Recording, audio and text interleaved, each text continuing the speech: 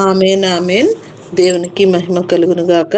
చదవబడినటువంటి వాగ్దానములు దేవుడు మన జీవితంలో అనుదినము సఫలపరుస్తూ క్షేమపరుస్తూ మనల్ని కాచి కాపాడినందుకు మొదటిగా కృతజ్ఞతాస్థుతులు తెలియజేసుకుంటూ నేటి దీవెనలతో మనందరినీ దీవించి ఆశీర్వదించి కాచి కాపాడును గాక. ఆమేన్ ఆమేన్. ప్రేమలత గారు వందనాలండి. హెప్సిబా గారు వందనాలు. రండి వందనాలు. మరి. వందనాలు.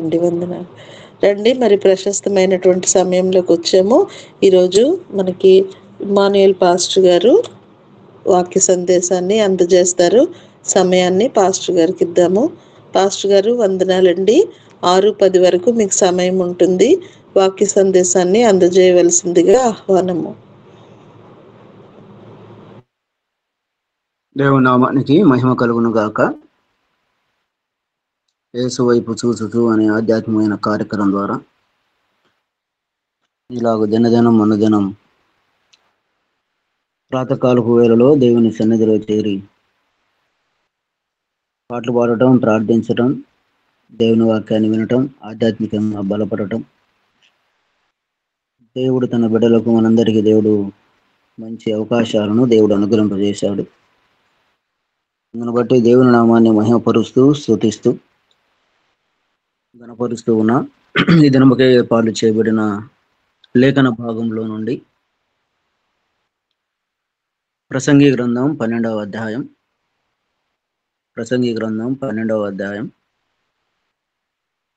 మొదటి 4 వచనాలు మనం చదువుకోవాలి, లేక 8 వచనాలు చదువుకోవాలి, 7 వచనాలు. మొదటి 2 వచనాలను చదువుకుందామండి. ఎవరైనా చదవగలిగితే చదువు. మోషే దేశపు స్త్రీని పెండ్లి చేసుకొని ఉండును కనుక ప్రసంగి గ్రంథం 12వ అధ్యాయం ప్రసంగి గ్రంథం 12వ అధ్యాయం మొదటి 2 వచనాలు. దుర్దినములు రాకముందే ఇప్పుడు వీటి యందు నాకు సంతోషము లేదని నీవు చెప్పు. దుర్దినములు రాకముందే ఇప్పుడు వీటి యందు నాకు సంతోషము లేదని నీవు చెప్పు సంవత్సరములు రాకముందే, తేజస్సునకు సూర్యచంద్ర నక్షత్రములకును చీకటి కమ్మకముందే, వాన వెలిసిన తర్వాత మేఘములు మరలా రాకముందే, నీ బాల్య దినముల యందే నీ సృష్టికర్తను స్మరణకు తెచ్చుకొనుము. Amen amen. దారుడైన తండ్రి, నీ పాదములకు స్తోత్రం. మా మంచి కాపరి, మా మంచి దేవా, నీ పాదములకు స్తోత్రం. మరొక నూతన శుభదినాన్ని మాకందరికి మీరు అనుగ్రహింపజేసి, ఇలాగూ ఆయా ప్రదేశాలు స్థలాలలో ఉన్నప్పటికీ కూడా మీరు ఈ మీటు ద్వారా కలిపి సమకూర్చి నీ నామాన్ని స్మరించే భాగ్యాన్ని మాకందరికీ మీరు అనుగ్రహింపజేస్తూ ఉన్న దేవా, నీ పాదములకు స్తోత్రం. ఈ దినంలో, ఈ రోజుల్లో చేయవలసినటువంటి ప్రయాణాలు, పనులు మీరే సఫలము చేయండి.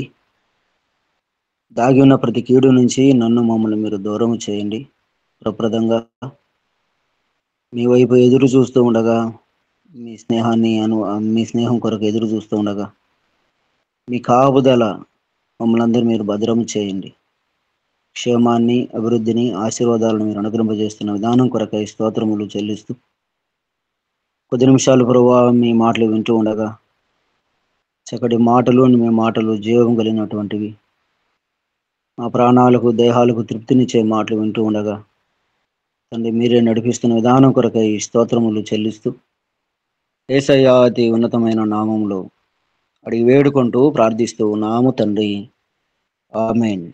ప్రభునందు ప్రేమైన దైవ జనాంగమా, దేవుని బిడ్డలారా, మరొక మారు యేసు వైపు చూచుచు అనే ఆధ్యాత్మికమైన కార్యక్రమం ద్వారా ఇలాగ దినదినం కలుసుకొని దేవుని నామంలో స్మరిస్తూ, దేవుని వాక్యాన్ని చదువుతూ, పాటలు పాడుతూ, దేవునిలో ఆశీర్వాదాలు పొందుతూ, దేవుని దీవెనలకు వారసులయ్యే భాగ్యాన్ని దేవుడు మనందరికీ ఆయన అనుగ్రహింపజేస్తూ ఉన్నాడు. ఈ రోజులో కూడా దేవుని వాక్యాన్ని ధ్యానించడానికి దేవుడు చక్కటి అవకాశాన్ని దేవుడు మనందరికీ ఆయన అనుగ్రహింపజేశాడు. అందును బట్టి దేవునికి నోరారా మనసారా హృదయపూర్వకంగా దేవుని నామాన్ని కృతజ్ఞతాస్తులు చెల్లిస్తూ మన సన్నిధిలో మనం ఉన్నాం. ఈ దినములో ఈ రోజులో జ్ఞాని అయిన ప్రసంగి రాసినటువంటి సొలొమోను రాసినటువంటి గ్రంథంలో నుండి 12వ అధ్యాయం మొదటి 7 వచనాలు మనం చదువుకోవాలి. 2 వచనాలను మనం చదువుకున్నాం. సొలొమోను మంచి రాజుగా ఉన్నాడు. అంత మాత్రమే కాదు, దేవుని యందు భయభక్తులు కలిగినటువంటి వాడిగా ఉన్నాడు. దేవునికి సన్నిధిలో ప్రార్థించినప్పుడు దేవుడు తనను దర్శించి తన మాట విని లేక ప్రార్థన విని తాను ఏదైతే కోరుకున్నాడో దేవుడు దానిని అంతకంటే ఎక్కువగా దేవుడు ఆశీర్వదించాడు. దేవుడు అంతటి జ్ఞానాన్ని సొలొమోను భక్తునికి దేవుడు అనుగ్రహింపజేశాడు. ఆధునిక విజ్ఞాన శాస్త్రం ఇంకా అభివృద్ధి చెందక ముందే జ్ఞానైన సొలొమోనుకు భక్తునికి మంచి జ్ఞానాన్ని ఇచ్చి మానవ దేహం గురించి, మానవ దేహాల గురించి, శరీరంలో ఉన్నటువంటి అవయవాల గురించి చాలా చక్కగా ఈ 12వ అధ్యాయంలో 7 వచనాలలో ఆయన వివరించాడు. తను ప్రసంగి గ్రంథం రాసేటప్పటికే వృద్ధాప్యంలో ఉన్నాడని పండితులు జ్ఞాపకం చేస్తారు. చక్కటి అనుభవాలు సొలొమోను రాజులో మనం నేర్చుకోవచ్చు. కొన్ని అక్కడక్కడ విధానాలు మనకు కనపడినప్పటికీ కూడా దేవుడు తనను ఏ విధంగా అయితే నడిపించాడో ఆ విధానాలు వారిలో మనం నేర్చుకోవచ్చు. ఈ ప్రసంగి గ్రంథంలో మనం ఎక్కువ సార్లు మనం కనపడుతున్నటువంటి మాట వ్యర్థమైనటువంటి మాట మనకు కనపడుతూ ఉంది. ఇందులో 12 అధ్యాయాలు ఉన్నాయి. 2222 వచనాలు ఇందులో మనకు కనపడతాయి. ప్రతి అధ్యాయములో మానవునికి కావలసినటువంటి మంచి జ్ఞానయుక్తమైనటువంటి ఆలోచన మాటలు ఇందులో మనకు కనపడతాయి. చాలా విషయాలు ప్రసంగి గ్రంథంలో మనకు కనపడతాయి.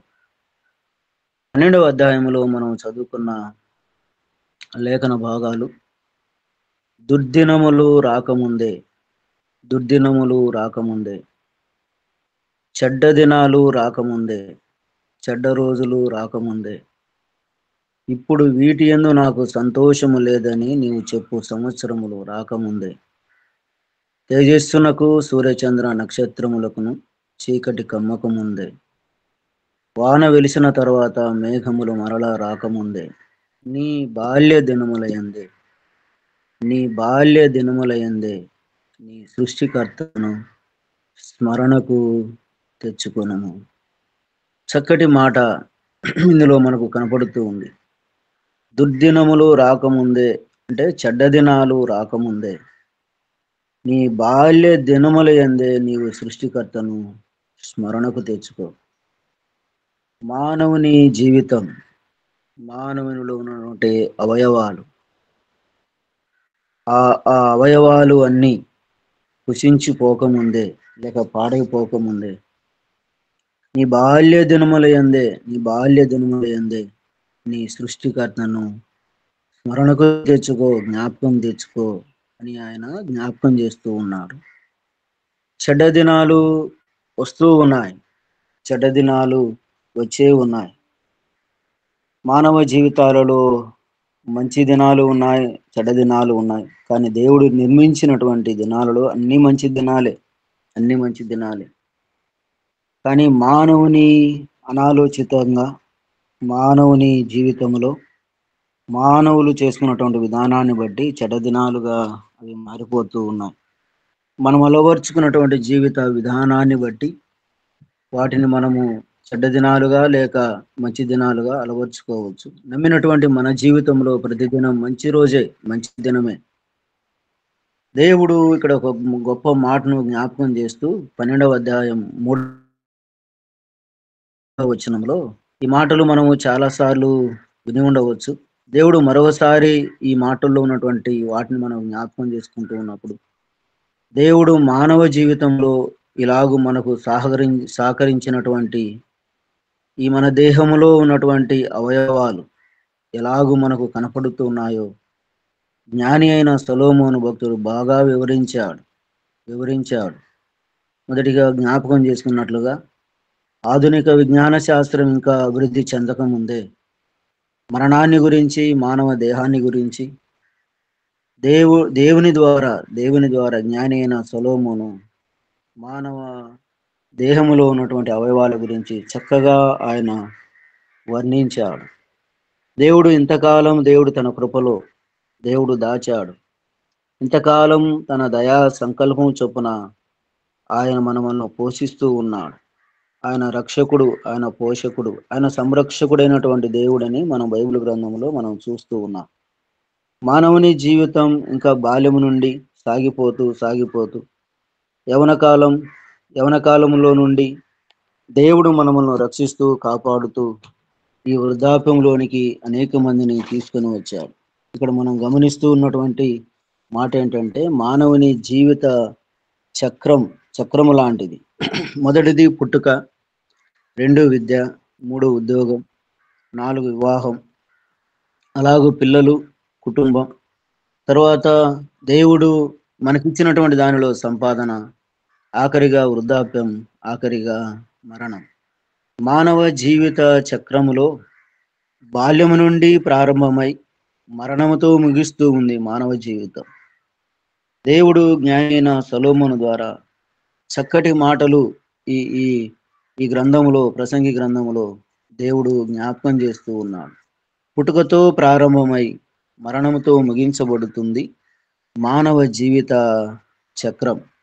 అందుకే ఆ మానవుని జీవితంలో ఏవేవి సంభవించబోతూ ఉన్నాయో, మానవుని జీవిత ఆ దేహములో ఏవేవి కనబడుతూ ఉన్నాయో వాటిని ఒక్కొక్కటిగా జ్ఞాని అయిన సొలొమోను వాటిని వివరించారు. చూడండి, 12వ అధ్యాయం 3వ వచనములో, ఆ దినమున ఇంటి కావలి వారు వణుకుదురు.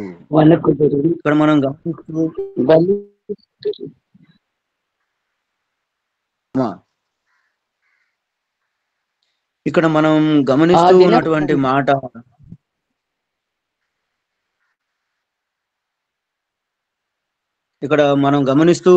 మాట, జ్ఞాని అయిన సొలొమోను చక్కగా జ్ఞాపకం చేస్తూ ఉన్నాడు కదండి. అలాగైతే వేటిని గురించి ఆయన జ్ఞాపకం చేస్తూ ఉన్నాడు అని మనం గమనిస్తే, ఆ దినమున ఇంటి కావలి వారు వణుకుదురు. ఇంటి కావలి వారు వణుకుదురు. మన దేహానికి ముఖ్యమైనటువంటిది, మన దేహానికి చక్కగా నడిపించేది, చక్కగా చూసేది ఇంటి కావలి వారు కదండి. వాటికి శక్తి తగ్గినప్పుడు, వాటికి బలం తగ్గినప్పుడు, వాటిని ఆ అవయవాలు ఆ శక్తిని కోల్పోతూ ఉన్నప్పుడు మానవుని దేహములో కృంగుదల వస్తూ ఉంది. అప్పటి వరకు చక్కగా నడిచినటువంటి వారు, అప్పటి వరకు చక్కగా ఉన్నటువంటి వారు ఎప్పుడైతే వృద్ధాప్యం వస్తూ ఉందో కదండి, వారు బలంగా ఉండి చక్కగా 6 అడుగులు లేక 6.5 అడుగులు పెరిగినటువంటి వారు కూడా వారి బలము తగ్గి, ఎముకలో ఉన్నటువంటి బలం తగ్గి ఏమవుతారు అంటే వారు కుంగిపోతారు. అలాగూ ఆ మాటలన్నీ గమనిస్తూ ఉన్నప్పుడు బలిష్ఠులు వంగుదురు. అక్కడ మనం గమనిస్తూ ఉన్నటువంటి మాటలు ఒక్కొక్కటిగా మనము ఆలోచన చేస్తే, విసరువారు కొద్దివారొకట చేత పని సాలించుకొందురు కదండి. విసరువారు ఈ విసరువారు ఎవరు అని మనం గమనిస్తే, దేవుడు అక్కడ చక్కటి ఆ మాటలో ఉన్నటువంటి మాటను మనం జ్ఞాపకం చేసుకుంటే, వాటిని పళ్ళు అని మనము జ్ఞాపకం చేసుకుంటూ ఉన్నాం. మనము దేనినైనా నమిలి మింగుతూ ఉంటాం. ఎంత బలమైనటువంటి దానినైనా మనము ఆ పళ్ళ ద్వారా నమిలి మింగుతూ ఉంటాం. అయితే అప్పటి వరకు చక్కగా నమిలినటువంటి వారు, అప్పటి వరకు చక్కగా ఏదైనా నమిలి మింగినటువంటి వారం. వృద్ధాప్యములో ఈ విధానం పళ్ళు ఊడిపోవటం, పళ్ళు బలాన్ని కోల్పోవటం, శక్తిని కోల్పోవటం, అప్పటి వరకు నమిలినటువంటి పళ్ళు వృద్ధాప్యం వచ్చిన తర్వాత పళ్ళు ఊడిపోతాయి, అంతగా నమలలేరు. అంటే విసరువారు నమిలేవారు ఆ బలం కోల్పోయినప్పుడు కదండి వారు ఆ తినటానికి కొద్దిగా వారు సంకోచిస్తారు. విసరువారు కొద్దివారు కూడా చేత పని చాలించుకుందరు. తినేది తగ్గిపోతూ ఉంది, ఎందుకంటే నమలటం తక్కువ అవుతుంది కదా. రెండవదిగా మనం గమనిస్తూ ఉన్నప్పుడు ఆ మాటలోని 4వ వచనంలో తిరుగటి రాళ్ళ ధ్వని, లేక అదే మాటలో విసురువారు కొద్దివారు ఒకటి చేత పని చాలించుకుందరు, కిటికీలోను గుండా చూసువారు కానలేకుందురు. కిటికీలు, కంటి రెప్పలు, కళ్ళు కదండి. అప్పటి వరకు చక్కగా ఏదైనా చూడగలిగినటువంటి శక్తి, బలం మనకుంది. వృద్ధాప్యం వచ్చిన తర్వాత ఆ చూపు తగ్గిపోతూ ఉంది. చూపు ఎప్పుడైతే తగ్గిపోతూ ఉందో చూడటం తక్కువవుతూ ఉంది. దూరంగా దేనైనా చూడాలి అంటే దాన్ని చేయడం పెట్టుకొని చూస్తారు, లేకపోతే చూపు మందగిస్తూ ఉంది. ఒక్కొక్క పర్యాయం మనకు తెలిసినటువంటి వారే, మన బంధువులే కావచ్చు, వృద్ధుల దగ్గరికి వచ్చినప్పుడు వారి మాటను బట్టి వారి మాట తెలిసి ఉంటుంది కాబట్టి అయ్యా బాగున్నావా అని అంటారు. ఎందుకంటే వారు గుర్తుపట్టరు, చూపు తగ్గిపోతూ ఉంది. అందుకే జ్ఞాని అయిన సొలొమోను అన్నాడు కదా, కిటికీలు అనే మాట మనకు కనపడుతున్నప్పుడు కంటి రెప్పలు, కళ్ళు సరిగా కనిపించవు కదండి. అలాగైతే ఆ మాట మనం గమనిస్తూ ఉన్నప్పుడు 4వ వచనంలో తిరుగటి రాళ్ళ ధ్వని తగ్గిపోవును కదండి. తిరుగటి రాళ్ళ ధ్వని తగ్గిపోతూ ఉంది. అలాగే వీధి తలుపులు ముయ్యబడతాయి కదండి. చెవులు వినబడవు. వృద్ధాప్యం వచ్చిన తర్వాత అంతగా మానవ దేహములో ఈ శక్తి, బలం తగ్గిపోయి 70-80 సంవత్సరాలు వచ్చేసరికల్లా నేడున్నటువంటి మానవ జీవితంలో కదండి 40 సంవత్సరాలు లేక 50-60 సంవత్సరాలు వచ్చేసరికల్లా మన చెవులు సరిగా పనిచేయకుండా ఉన్నాయి. మన చేతులు కానీ, మానవ దేహం కానీ బలహీన పడిపోతుంది. నేడున్నటువంటి ఈ దినాలలో ఇంకా నేడున్నటువంటి యవనస్తులే అంతగా బలం పొందినటువంటి వారిగా కనపడరు. తింటూ ఉన్నారు, అలాగే ఉన్నారు, కానీ వారు ఆ శక్తిని, బలాన్ని కోల్పోతూ ఉన్నారు. సరే, దేవుడు ఇక్కడ మనకు కనిపిస్తున్నటువంటి మాట ఏంటంటే, వీధి తలుపులు, చెవులు ఏమవుతాయంటే వినపడవు. చిన్నగా మాట్లాడినా, పెద్దగా మాట్లాడినా, దగ్గరకు వచ్చి మాట్లాడినా వారికి వినపడవు. ఎందుకంటే వృద్ధాప్యములో దేవుడు ఆ వృద్ధాప్య ఛాయలు వచ్చినప్పుడు ఆ చెవులు మందగించిపోతాయి. అక్కడే మనం గమనిస్తాం కదా, పిట్ట యొక్క కూత ఒకడు లేచును అని అంటాడు. సరిగా నిద్రపట్టదు గురక కదండి. వృద్ధాప్యంలో ఎప్పుడో పడుకుంటే ఎప్పుడో నిద్రపడుతుంది, 1 గంట 2 గంటలు, తిరిగి ఆ నిద్ర సరిగా పట్టదు. ఒకవేళ పట్టినా గురక వస్తుంది, సరిగా నిద్రపట్టదు కదండి. 6వదిగా మనం గమనిస్తూ ఉన్నప్పుడు పిట్ట యొక్క కూతకు ఒకడు లేచును, పిట్ట యొక్క నిద్ర సరిగా పట్టదు గురక. సంగీతము చేయు స్త్రీలు, స్త్రీలు నాదము చేయు వారందరూ నిశ్శబ్దముగా ఉంచబడుదురు కదండి. ఈ స్వరపేటిగా ఆగిపోతూ ఉంది కదండి.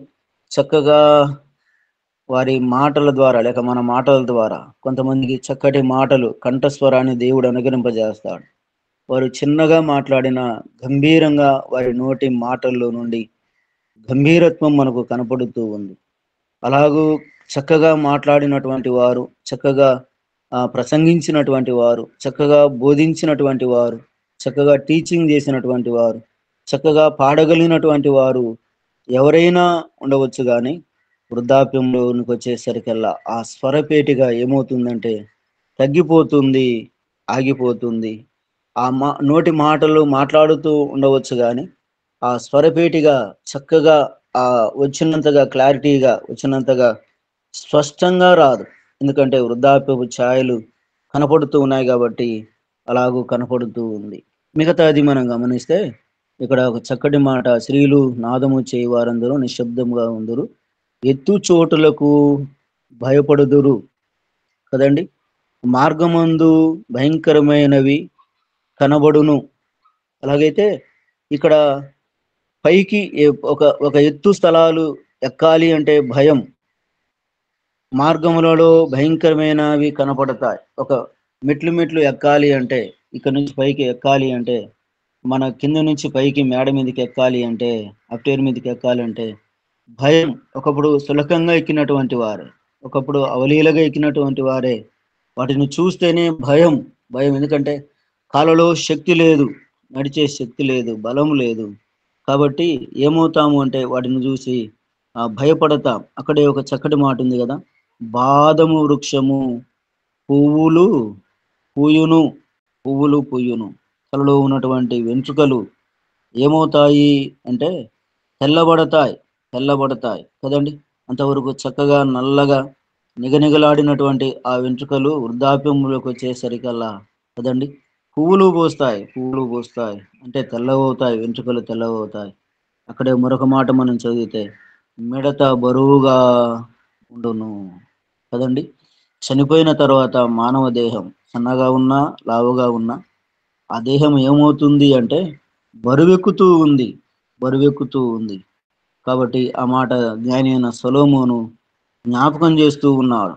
అక్కడే మరొక మాట, బుడ్డ బురసరికాయ పగులును అని అంటాడు కదండి. బుడ్డ బురసరికాయ పగులును, తల పగిలిపోతూ ఉంది కదండి. అంతవరకు మానవ దేహములో ఉన్నటువంటిది, మానవుడు చనిపోయినప్పుడు పాతి పెట్టబడినప్పుడు ఆ తల ఏమవుతుంది అని మనం గమనిస్తే ఆ తల పగిలిపోతూ ఉంది, చిట్లిపోతూ ఉంది కదండి. అక్కడే ఒక చక్కటి మాట మనం గమనిస్తూ ఉన్నప్పుడు, ఏలైనగా ఒకడు తన నిత్యమైన ఉనికి పట్టునకు పోవును, వాని నిమిత్తము ప్రలాపించువారు వీధులలో తిరుగుదురు. 6వ వచనం వాళ్ళు అంటాడు కదా, వెండి త్రాడు విడిపోవును, వెన్నుపూసను గురించి జ్ఞాని అయిన సొలొమోను చక్కగా జ్ఞాపకం చేస్తూ ఉన్నాడు. వెండి తాడు విడిపోతూ ఉంది కదండి. అలాగైతే వెన్నుపూస మానవ దేహానికి ప్రాముఖ్యమైనటువంటిది, అవయవాలకు ప్రాముఖ్యమైనటువంటిది ఏమిటి అంటే వెన్నుపూస. ఈ వెన్నుపూస ఏమవుతుంది అంటే వృద్ధాప్యంలోనికి వచ్చేసరికల్లా, లేక మానవుడు చనిపోయిన తర్వాత అది విడిపోతుంది. మానవ దేహానికి కారణం ఆ వెన్నుపూస అయితే, అది ఎప్పుడైతే సన్నగిల్ల పడుతుందో, బలహీన పడుతుందో, విడిపోతుందో, మానవ దేహంలో ఉన్నటువంటి అవయవాలన్నీ సడలిపోతాయి, బలాన్ని పొందుకో కదండి. చాలా మంది యాక్సిడెంట్ అయిన తర్వాత, లేకపోతే ఆ డిస్కులు తొలగిపోయిన తర్వాత చాలా మంది మంచానికే పరిమిత అయ్యేవారు అయినటువంటి వారు చాలా మంది ఉన్నారు. కారణం దేవుడు తయారు చేసినటువంటి ఆ వెన్నుపూస ఎప్పుడైతే తొలగిపోతుందో, మానవుని ఆ దేహం కూడా ఏమవుతుంది అంటే అది వెడలిపోతూ ఉంది కదండి. ఆ కింది వచనం, ఆ వచనంలోనే మనం చదివితే, దార యొద్ద కుండ బంగారు గిన్నె పగిలిపోతూ ఉంది కదండి. బంగారు గిన్నె పగిలిపోతుంది, మెదడు అని జ్ఞాపకం చేశారు పండితులు. బంగారు గిన్నె పగిలిపోతుంది. అంతవరకు ఎంతో జ్ఞానాన్ని ఇచ్చి మనల్ని నడిపిస్తూ ఉన్నటువంటి ఈ మెదడు ఏమవుతుంది అంటే కదండి అది పగిలిపోతూ ఉంది. ఆ మాటలోనే మనం చదువుతూ ఉన్నటువంటి మాట, దార యొద్దకుండా పగిలిపోతూ ఉంది కదండి. ఊపిరితిత్తులను గురించి జ్ఞానైన సొలొమోను జ్ఞాపకం చేశాడు. దార యొద్దకుండా పగిలిపోతుంది అంటే ఊపిరితిత్తులు ఊపిరితిత్తుల గురించి జ్ఞానైన సొలొమోను జ్ఞాపకం చేస్తూ ఉన్నాడు కదండి. అలాగే అక్కడ ఒక చక్కటి మాటను మనం గమనిస్తూ ఉన్నప్పుడు ఆ పై వచనంలో దారెద్దకుండా పగిలిపోవును, వాని యొద్ద బావి యొద్ద చక్రము పడిపోతూ ఉంది, గుండె కూడా బలహీన పడిపోతూ ఉంది, గుండె కూడా బలహీన పడిపోతూ ఉంది. నేడున్నటువంటి మానవ జీవితంలో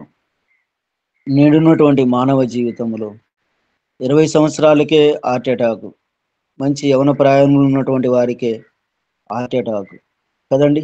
అలాగైతే ఆ వృద్ధాప్యములో ఏమవుతుంది అంటే కదండి, బావి వద్ద చక్రం పడిపోతూ ఉంది, గుండె గుండె బలహీన పడిపోతూ ఉంది. దేవుడు ఆ మాటలు ఆయన జ్ఞాపకం చేస్తూ దేవుడు ఆ మాటలు ఆయన జ్ఞాపకం చేస్తూ కదండి, మానవ దేహాన్ని గురించి దేవుని ద్వారా సొలొమోను కవిత రూపములో దేవుడు ఆ ప్రసంగి గ్రంథములో వారు జ్ఞాపకం చేశారు. మానవుని దేహం ఎలాంటిదో, ఎలా ఉందో, ఎలా చేతులు పనిచేశాయో కదండి. ఒకప్పుడు బాగా నడిచినటువంటి వారు, బాగా నమిలినటువంటి వారు, బాగా చూసినటువంటి వారు, బాగా విన్నటువంటి వారు, బాగా నిద్రపోయినటువంటి వారు, బాగా కదండి స్వరపేటిక ద్వారా మాట్లాడినటువంటి వారు కదండి.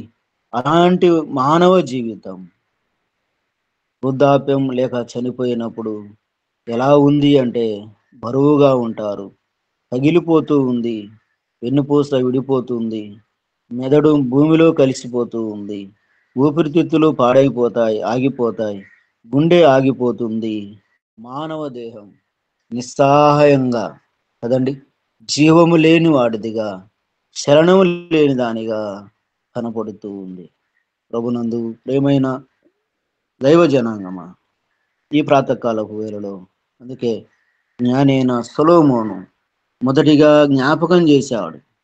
మొదటి వచనంలో 12వ అధ్యాయం మొదటి వచనంలో, దుర్దినములు రాకముందే, ఇలాంటి కష్ట సమయం రాకముందే, ఇలాంటి చెడు దినాలు రాకముందే వృద్ధులు చాలా మంది అంటారు, అయ్యా ఈ వృద్ధాప్యం మేము భరించలేకపోతూ ఉన్నాం, ఈ వృద్ధాప్యములో మేము సరిగా తినటం లేదు, తాగటం లేదు, సరిగా నిద్రపట్టడం లేదు, సుఖము లేదయ్యా, సంతోషం లేదయ్యా, మమ్మల్ని దేవుడు ఎప్పుడు తీసుకుంటాడు, మేము దేవుని దగ్గరికి ఎప్పుడు వెళతామని వారు వృద్ధాప్యంలో పడుతున్నటువంటి ఆ బాధను బట్టి, వేదనను బట్టి వారు అంటారు. చాలా మంది మనం ఎప్పుడైనా ఇల్లు దర్శించినప్పుడు, ఎవరైనా వృద్ధులను పలకరించినప్పుడు, ఎలా ఉన్నారండి, బాగున్నారా, వృద్ధాప్యంలో ఎలా ఉన్నారు అంటే వారు పలికే మాటలు ఇవే. అందుకే జ్ఞానైన సొలొమోను అన్నాడు, బాల్య దినముల యందే నీకు ఈ అవయవాలు ఇవన్నీ చక్కగా పనిచేస్తూ ఉన్నప్పుడే, ఈ అవయవాలన్నీ చక్కగా నీకు సహకరిస్తూ ఉన్నప్పుడే, ఈ అవయవాలన్నీ నీతో కలిసి ఉన్నప్పుడే నీవు దేవుని యందు ఆనందించు, సంతోషించు. ఆయనను నీవు ఏం చేసుకోవాలి అంటే జ్ఞాపకము చేసుకో, స్మరణకు తెచ్చుకో, నీ మనసులో నీ దేహములో నీవు స్మరణకు తెచ్చుకొని జ్ఞానైన సొలొమోను దేవుని మాటను బట్టి ఆయన జ్ఞాపకం చేస్తూ ఉన్నాడు. గమనిస్తూ ఉన్నటువంటి మాటలు మనం చాలా విషయాలు ఈ మాటలు మనం నేర్చుకున్నాం. చాలా విషయాలు మీరు కూడా ఆయా దేవుని దాసులు ప్రకటిస్తూ ఉన్నప్పుడు, వివరిస్తున్నప్పుడు మీరు కూడా విన్నారు కదండి. దేవుడు మనకిచ్చినటువంటి కొద్ది సమయంలో ఈ మానవ దేహాన్ని గురించి మనము జ్ఞాపకం చేసుకుంటూ ఉన్నప్పుడు దేవుడు ఇక్కడ చక్కటి మాటలు ఆ వృద్ధులకే కాదు, మనము కూడా ఎప్పుడో ఒకసారి వృద్ధులం అవుతాం మన ముందున్నటువంటి జీవిత కాలాలలో. కానీ వృద్ధులు కాకముందే, వృద్ధాప్యం రాకముందే దేవునితో ఈ సంబంధము కలిగి, దేవునితో సత్సంబంధము కలిగి, దేవునిని వేడుకుంటూ, దేవుణ్ణి ఆరాధిస్తూ, దేవుణ్ణి మహిమపరుస్తూ, దేవుణ్ణి కొనియాడుతూ ఉండగలిగితే ఎంత మేలు కదండి. అక్కడే ఒక చక్కటి మాట ఉంది కదా, 9వ వచనములో 8వ వచనములో 7వ వచనములో 12వ అధ్యాయం 7వ వచనములో మన్నైనది వెనుకటి వలె మరలా భూమికి చేరును. ఇలా ఆత్మ భూమికి చేరును. చదవండి. దాన్ని దయచేసి మన్నైనది వెనుకటి వలె దేవుని యొద్దకు మరలా పోవును. దేవుని యొద్దకు మరలా పోతూ కదండి. ఈ మానవుని దేహం ఎలాంటిది అంటే మన్నే. నువ్వు మన్నే గనుక తిరిగి ఏమవుతావు? మన్నైపోతావు. ఈ మానవ దేహం చాలా మంచి వాటిని మనం వాడతాం ఈ మానవ దేహాన్ని కాపాడుకోవటానికి. మంచిదే, కానీ ఇది మన్ను. మానవుని దేవుడు ఎలా తయారు చేశాడో ఎరిగినటువంటి వారే మట్టితో మానవుణ్ణి తయారు చేశాడు. అంతఃపురములో ఉండవచ్చు, మంచి వాటిల్లో ఉండవచ్చు, కానీ కదండి చిన్న ఊపిరి మన నుంచి దూరం అయితే ఎక్కడికి వెళతాం? అంతఃపురాన్ని విడిచిపెడతాం, మిద్దెల్ని విడిచిపెడతాం, మేడల్ని విడిచిపెడతాం కదండి. ఎక్కడో కట్టుకున్నటువంటి వాటిని అన్నిటినీ వదిలిపెడతాం. దేవుడు దయచేసిన దేవుని ఆత్మ మన నుంచి దూరమైనప్పుడు మరలా మట్టిలోనే కలిసిపోతాం కదండి. అందుకే జ్ఞానైన సొలొమోను 12వ అధ్యాయంలో చాలా చక్కటి విషయాలు ఒక్కొక్కటిగా దేవుడి జ్ఞానము కలిగి దేవుడే వివరించాడు. చాలా విషయాలు ఇందులో మనకు ఉన్నాయి, కానీ నేను దాటి వెళతాను. ప్రభు చిత్తమైతే మీరు ఒక్కొక్క మాట మీరు ధ్యానించగలిగితే దేవుడు అనేక విషయాలు దేవుడు మనకు ఆయన బయలుపరుస్తాడు. ఆత్మ తాను దయచేసిన దేవుని యొద్దకు మరలా పోవును. ఎక్కడి నుంచి అయితే వచ్చిందో ఆత్మ మరలా అంటే కదండి, వచ్చినటువంటి ఆత్మ మరలా దేవుని యొద్దకు వెళ్ళిపోతూ ఉంది. అందుకే 13వ వచనంలో ఒక చక్కటి మాట జ్ఞానైన సొలొమోను జ్ఞాపకం చేసి, ఇది వినిన తర్వాత తేలిన ఫలితార్థం ఇదే, దేవుని యందు భయభక్తులు కలిగి ఉండి ఆయన కట్టడలను అనుసరించి నడుచుచుండవలెను. మానవ కోటికి ఇదియే విధి కదండి.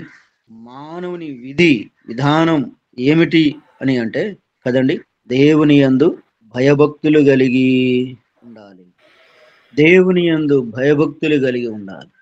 కదండి.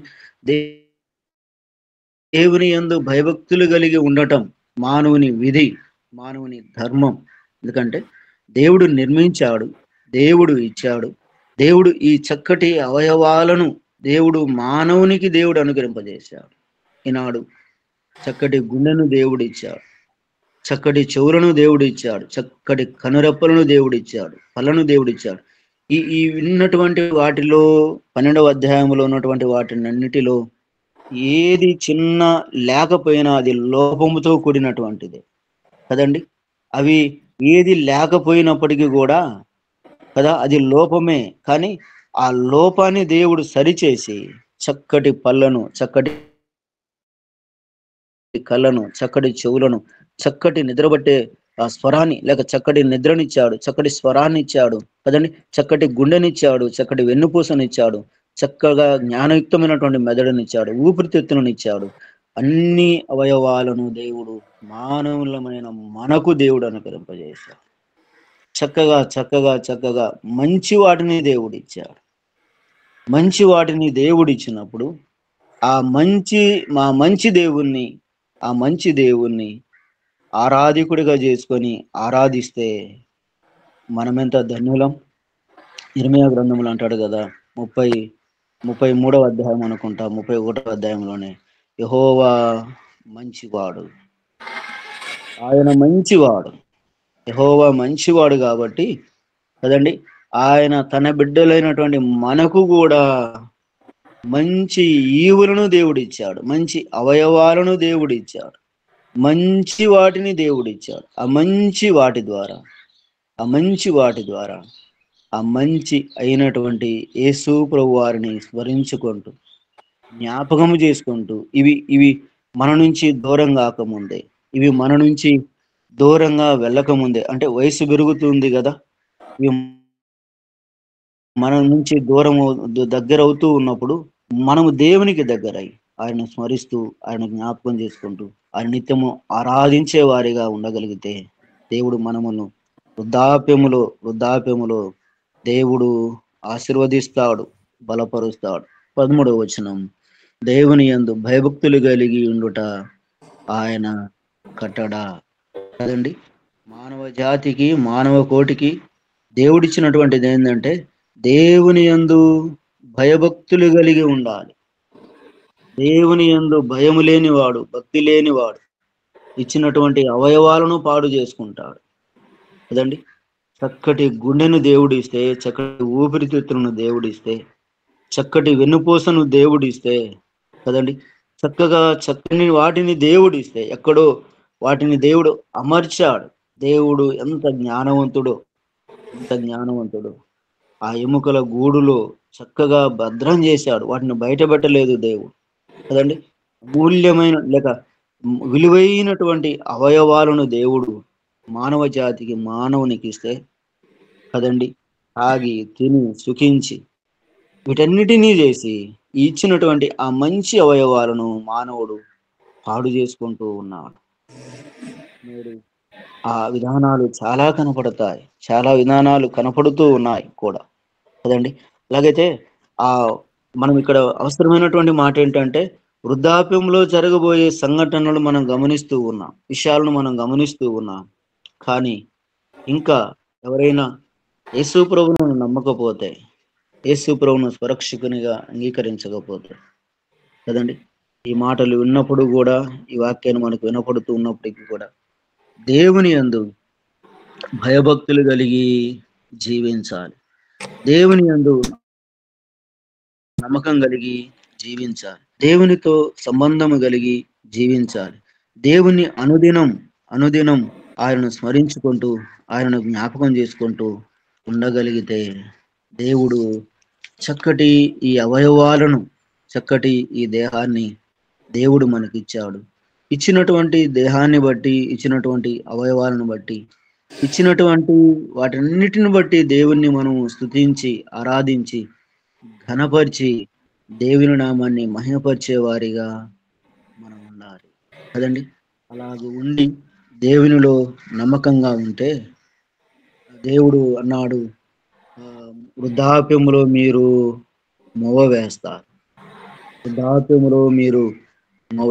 నమ్మినటువంటి వారి జీవితంలో వృద్ధులైనప్పటికీ కూడా వారు సంతోషంగా సమాధానంగా దేవునితో ఉంటారు కదండి. ఇవన్నీ తగ్గిపోయినప్పటికీ కూడా దేవుడిచ్చినటువంటి ఆయుష్ ఉంది కదా, ఆ ఆయుష్ను బట్టి వారి మనసులోనే స్మరించుకునేవారు చాలా మంది ఉన్నారు. నేను ఎరిగిన వృద్ధులు కొంతమంది ఉన్నారు, వారికి దాదాపుగా 80 దాటినాయి, 90 మధ్యలో ఉన్నారు. కొంతమంది ఒకళ్ళు 90 అనుకుంటా ఉన్నారు. వారు చక్కగా దేవుని వారి ముందు బైబిల్ పెట్టుకొని అలాగే చదివేవారు ఉన్నారు, ప్రార్థించేవారు ఉన్నారు కదండి. వారిని చూస్తే చాలా సంతోషం, మనము ఇన్ని సంవత్సరాలు మనం జీవించగలమా, ఇన్ని సంవత్సరాలు మనం బ్రతకగలమా అని వారిని చూసినప్పుడు అనిపిస్తూ ఉంది. అది దేవుని సంకల్పం, దేవుని చిత్తం. అయితే వారు అలాగూ జీవిస్తూ ఉన్నప్పుడు మేము కూడా ఇలాగూ ప్రభువులో జీవించాలి, ఇలాగూ ప్రభువుతో ఉండాలి. ఇంత వయసు దేవుడు ఇస్తూ ఉన్నప్పటికీ కూడా ఈ వయసు ఒకవేళ దేవుడు మాకిస్తే ఇలాగే బ్రతకాలి, ఇలాగే జీవించాలి. ప్రభుతో ఇప్పుడు ఎలాగైతే గడుపుతూ ఉన్నామో, ఇప్పుడు ఎలాగైతే అలాగూ దేవునిలో సంతోషిస్తూ ఉన్నాము, అలాగే వృద్ధాప్యములో కూడా ఏ బాధలు, ఏ ఇరుకులు, ఇబ్బందులు లేకుండా దేవుని సన్నిధిలో దేవుణ్ణి వేడుకుంటూ ఆ వృద్ధాప్యంలో కూడా దేవుని ఆరాధిస్తూ మహిమపరుస్తూ అలాగ ఉండాలని ఆశ ఉంది. ఆశ గల ప్రాణాన్ని దేవుడు ఏం చేస్తాడు అంటే కదండి, అలాగైతే జ్ఞాని అయిన సొలొమోను వృద్ధాప్యంలో జరగబోయే ఆ సంఘటనను ఆ ప్రసంగి గ్రంథంలో జ్ఞాపకం చేశాడు. వాటిని మనం కూడా విన్నాం కదండి. వృద్ధాప్యంలో దేవుని సన్నిధిలో చేరి ఇంకా ఇంకా కుటుంబము కొరకు నేను కొంతమంది వృద్ధుల దగ్గరికి వెళ్ళినప్పుడు ఒక మాట పదే పదే జ్ఞాపకం చేస్తాను. అమ్మా, తల్లి తండ్రి, మీరు వృద్ధాప్యములో ఉన్నారు. మీరు ఇంకా చేయవలసినటువంటి పనులు ఏమి లేవు, బాధ్యతలు కూడా ఏమి లేవు, ఏ బాధ లేదు, ఏ ఇబ్బందులు, ఏదో చిన్న గొప్ప అనారోగ్యం ఉండవచ్చు. వాటిని బట్టి దేవుని స్తుతించండి. ఇక మీరు చేయవలసినటువంటి పని ఏంటంటే దేవుడు మీకు ఇచ్చినటువంటి బిడ్డల కొరకు కుమారులు ఉన్నారు, కుమార్తెలు ఉన్నారు కదండి. వారి నిమిత్తం మీరు ఇక్కడ కూర్చొని ప్రార్థన చేయాలి. మీరు చేయవలసినటువంటి పని ఏంటంటే ప్రార్థనే. ఇక్కడ మీ గదిలో మీ ఇంట్లో మీరు ప్రార్థన చేస్తే, మీ బిడ్డల నిమిత్తం మీరు ప్రార్థన చేస్తే దేవుడు వారిని ఆశీర్వదిస్తాడు. వాడు ఏ స్థలములోనికి పోయినా, ఏ ప్రాంతంలోనికి వెళ్ళినా ఇక్కడ నీ ప్రార్థన వారిని కాపాడుతూ ఉంది. నీవు దేవుని సన్నిధిలో మొరపెడతావు కదా, ఆ మొర దేవుడు వింటాడు, ఆ ప్రార్థన దేవుడు వింటాడు. స్కూల్కి వెళ్ళేవారు, ఉద్యోగాలకు వెళ్ళేవారు, అలాగే పనులకు వెళ్ళేవారు కదండి, ఏదో పని మీద ఏదో ఉద్యోగం మీద వెళుతూ ఉంటారు కదా, వారిని దేవుడు క్షేమముగా మరల ఇంటికి తీసుకుని వస్తాడు. ముందు తల్లిగా తండ్రిగా నువ్వు చేయవలసినటువంటి పని ఏంటంటే ప్రార్థనే. నీ బిడ్డల కొరకు నువ్వు ప్రార్థన చేయి, నీ సంతానం కొరకు నువ్వు ప్రార్థన చేయి, నీ మనవళ్ళు మనవరాళ్ళ కొరకు ప్రార్థన చేయి, నీకు ఇచ్చిన సంతానం దీవించబడాలని ప్రార్థన చేయి. దేవుడు నిన్ను, నీ కుటుంబాన్ని, నిన్ను బట్టి నీ కుటుంబాన్ని ఆశీర్వదిస్తాడు, క్షేమాన్ని ఇస్తాడు. ఆపద లేకుండా క్షేమాన్నిచ్చి నీ ఇంటికి తీసుకుని వస్తాడని కొన్ని పర్యాయాలు వృద్ధుల దగ్గరికి వెళ్ళినప్పుడు జ్ఞాపకం చేస్తాను. ప్రభునందు ప్రేమైన యేసు వైపు చూపుతూ అనే ఆధ్యాత్మికమైన కార్యక్రమం ద్వారా నడిపించబడుతూ నడుస్తూ ఉన్నటువంటి మనందరము కూడా జ్ఞానైన సొలొమోను 12వ అధ్యాయంలో తెలియజేసినట్లుగా ఆ బారిన పడినటువంటి వారు ఉన్నారు, పడబోతున్నటువంటి మనం కూడా బాల్య దినములైంది యవయవాలు చక్కగా ఉన్నప్పుడే దేవుణ్ణి జ్ఞాపకం చేసుకుంటూ అలా సాగిపోదాం. అట్టి కృప దేవాతి దేవుడు మనకందరికీ దయచేయనుగాక. సమయం ఇచ్చినటువంటి దండాగయ్య గారికి, అమ్మగారికి ప్రభునామములో వందనాలు తెలియజేస్తూ నా మాట నేను ముగిస్తూ ఉన్నాను. అందరికీ వందనాలండి. వందనాలయ్యా. ఒక మాట నేను ఒక మాట చెప్తానండి. అమ్మగారు, నేను టీచర్ ట్రైనింగ్ అయ్యేటప్పుడు విన్నానండి ఈ మాట, ఈ ప్రసంగం అంతా కూడా. మరలా ఇప్పుడు వృద్ధాప్యంలో మీరు చెప్పింది అక్షరాల సాల్మన్ గారు రాసినట్టు అక్షరాలు జరుగుతూ ఉంది. అవన్నీ మా జీవితంలో జరుగుతూ ఉన్నాయి. మళ్ళా గుర్తు చేసినందుకు మీకు చాలా చాలా వందనాలండి. థ్యాంక్ యూ అయ్య గారికి, అలాగే సరళహంసమ్మ గారికి వందనములు. క్రైస్తవ వాంగ్మయ చరిత్రలో పురుషోత్తం చౌదరి గారి పేరు ఎన్నటన్నిటికీ గుర్తుండిపోవాల్సిందే. పురుషోత్తం చౌదరి గారు అనేక ఆంధ్ర క్రైస్తవ కీర్తనలో అనేక కీర్తనలు రాశారు. ఏదన్నా చెప్పండి సార్, పాడతాను. సకలేంద్రియములారా అనే పాట ఉంటది, చక్కగా ఉంటది ఆ పాట. సకలేంద్రియములారా పని తీరే నన్ను విడిచి పోవుటకు వేలయ్యన్.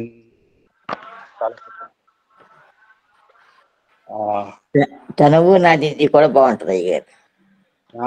జ్ఞానేంద్రియముతో, నయనేంద్రియముతో, శ్రవణేంద్రియముతో, ఘ్రాణేంద్రియముతో,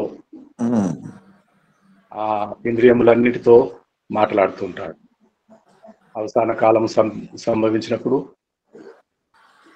దేవుని సన్నిధికి చేరిపోయే సమయం ఆసన్నమైపోయినప్పుడు చివరి వచనము వారి కుమార్తె రాసినట్టుగా పెద్దలు అభిప్రాయపడుతున్నారు. దేవునికి స్తోత్రం కలుగునుగాక. మీ బాల్య దినములయ్యిందే, దుర్దినములు రాకముందే సరిగా తెచ్చుకున్నాం.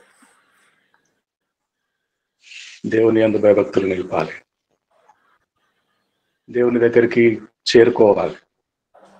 అందరము వెళ్ళిపోవలసిన వారమే, ఒకరి తర్వాత ఒకరు ముందు వెళ్ళిపోయిన వారు అడుగుజాడలతో అనుసరించాలి, శక్తిపరుల అడుగుజాడలను అనుసరించాలి. దేవునికి స్తోత్రం కలుగునుగాక. చక్కటి సందేశము ఇచ్చిన తులుకూరి ఇమ్మానుయేల్ గారి దైవజనులకు హృదయపూర్వకంగా కృతజ్ఞతలు తెలియజేస్తూ ఈ దినము 39వ దినము, ఉపవాస ప్రార్థనలో 39వ దినం. 40 దినములు మనము ఉపవాసం ఉంటున్నాము. మరొక చివరి దినము మిగిలి ఉన్నది. ఈరోజు కూడా ప్రార్థన చేయవలసిన వారమై ఉన్నాము. 12 రాష్ట్రాలు, పొరుగున ఉన్న కర్ణాటక కూడా చేరిపోయింది. అరుణాచల్ ప్రదేశ్ నుంచి కర్ణాటకకు వచ్చింది. కఠినమైనటువంటి మత మార్పిడి చట్టాలు అమలవుతున్నాయి. అనేకులు హింసల పాలవుతున్నారు. సూడాన్లో, నైజీరియాలో దౌర్జన్యాలు జరుగుతున్నాయి. నరికివేతలు, కాల్చివేతలు, కూల్చివేతలు, కొట్టబడి గాయాల పాలై దేవుని సంఘము హింసల పాలవుతున్నది.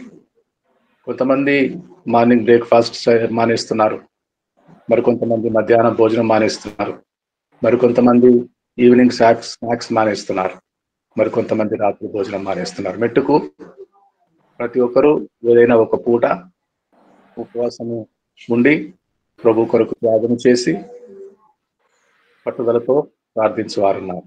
రండి మనం కూడా ప్రార్థన చేద్దాం. చివరి ప్లే రిక్వెస్ట్ అండి. అమ్మా చెప్పండి. నేను గుంటూరు వచ్చాను సార్, ఈ మోకాళ్ళ నొప్పులతో హాస్పిటల్కి వెళ్దామని. కొంచెం తగ్గేటట్టు తప్ప అందరు కూడా ప్రార్థనలో పెట్టండి. తప్పకుండా అమ్మగారు మీ గురించి ప్రార్థన చేస్తాము. మోకాళ్ళ నొప్పితో బాధపడుతున్న సరళాన్స్ గారి కొరకు, అమ్మగారి కొరకు ప్రార్థన చేద్దాము. రండి. అన్నజాన్ అమ్మగారు ప్రార్థన చేస్తారు. అన్నజాన్ అమ్మగారు ప్రార్థన చేస్తానండి. పరిశుద్ధుడైన దేవా, జీవం గల నాయన, ఇంతవరకు ప్రభా మాకందరికి నీ సన్నిధి మాకు దయచేసి నీ జీవ వాక్కులతో ప్రభా మమ్మల్ని తృప్తిపరిచి మమ్మల్ని బలపరుస్తున్న గొప్ప దేవా యేసయ్యా, నీ పాదాలకి స్తోత్రములు తండ్రి నాయన. అవును ప్రభా, మా ఆయుష్కాలము 70 సంవత్సరములు అధిక బలమున్నడన 80 సంవత్సరములు ఆయనను వాటి వైభవం ఆయాసమే దుఃఖమే ప్రభా నాయన. నీ దాసుని ద్వారా మాకు సమస్తమును బయలుపరిచిన దేవా, నీకు పాదాలకి స్తోత్రం తండ్రి నాయన.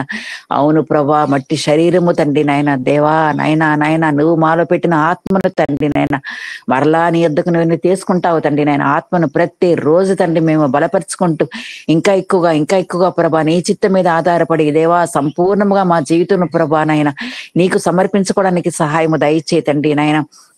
అశాశ్వత లోకలు మేము జీవిస్తున్నాము తండ్రి. శాశ్వత నిత్య రాజ్యము కొరకు మా జీవితాలను సిద్ధపరచండి తండ్రి నాయన. భయంకరమైన దినాలు, అపాయకరమైన దినాలు, దుర్దినాలు మేము జీవిస్తున్నాము తండ్రి.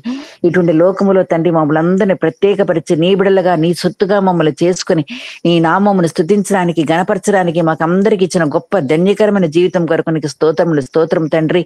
లోకంలో మాకు ఎన్ని కలిగి ఉన్నా కూడా ప్రభా నీవు లేని జీవితం వ్యర్థము ప్రభా నాయన.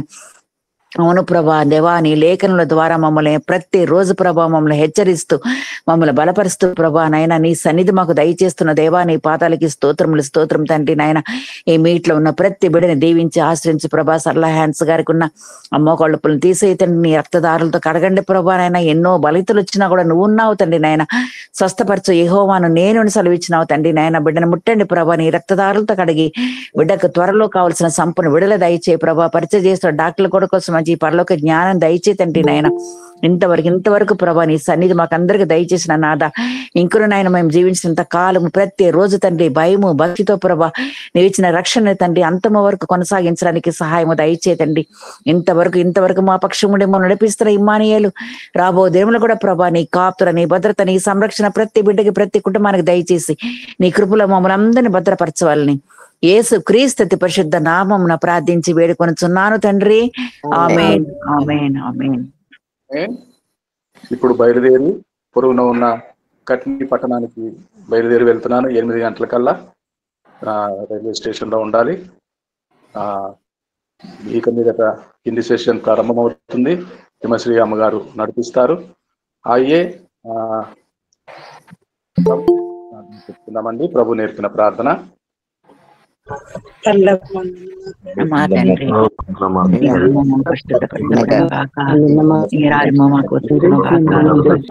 ఈ చిత్రం లోకమంది ఎలాగో అలా భూమి మీద నెరవేరును కాక. మాకు కావలసిన ఆహారం మాకు దయచేయము. ప్రకారం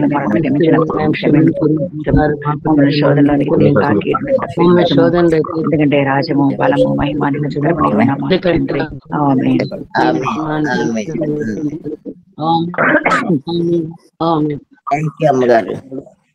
పులుకూరు ఇమానియల్ గారు ఆశీర్వాదం విడుదల చేస్తారు. అయ్యా. తండ్రి, కుమార, పరిశుద్ధాత్మ త్రియక దేవుని దీవెన యేసు వైపు చూస్తూ అనే ఆధ్యాత్మికంగా నడిపించబడుతున్నటువంటి దైవజనులకును చేరవచ్చిన ప్రియులందరికీ, విశేషంగా ఈ దినం హాస్పిటల్కు చూపించుకొచ్చినటువంటి తల్లి కొరకు, ఆరోగ్యం కొరకు ఇప్పుడు ఎల్లప్పుడూ సదాకాలము తోడండి నడిపించును గాక. అందరికి వందనాలండి. ఆమేన్ ఆమేన్.